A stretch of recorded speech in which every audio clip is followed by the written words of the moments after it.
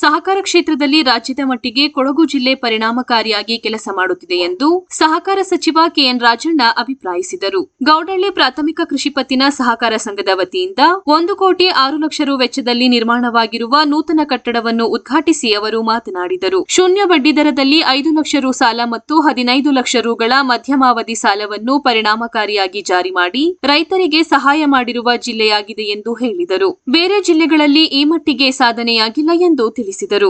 ಕಾರ್ಯಕ್ರಮದಲ್ಲಿ ಶಾಸಕರಾದ ಡಾ ಮಂತರ್ಗೌಡ, ಸಂಘದ ಅಧ್ಯಕ್ಷ ಎಚ್ಆರ್ ಸುರೇಶ್, ಡಿಸಿಸಿ ಬ್ಯಾಂಕ್ ನಿರ್ದೇಶಕರಾದ ಶರತ್ ಶೇಖರ್, ಎಚ್ಕೆ ಮಾದಪ್ಪ ಸೇರಿದಂತೆ ಮತ್ತಿತರರು ಉಪಸ್ಥಿತರಿದ್ದರು. ಹಾಗೆಯೇ ಈ ಕಾರ್ಯಕ್ರಮವನ್ನ ನಿರೂಪಣ ಮಾಡತಕ್ಕಂಥ ನಾಗರಾಜ್ ಅವರು, ಸುರೇಶ್ ಅವರು ಆತ್ಮೀಯ ಸ್ನೇಹಿತರು ಅಂತ ಕಾಣಿಸಿದ್ರು. ಅವರು ನಾಗರಾಜ್ ಅವರು ಬಹಳ ನಿರೂಪಣೆಯಲ್ಲಿ ಎಲ್ಲರ ಬಗ್ಗೆನೂ ಕೂಡ ಬಹಳಷ್ಟು ವಿಚಾರಗಳನ್ನ ಪ್ರಸ್ತಾಪ ಮಾಡ್ತಾ ಇದ್ದೀವಿ. ಆದರೆ ನಾವು ಸಹಕಾರಿಗಳಾಗಿ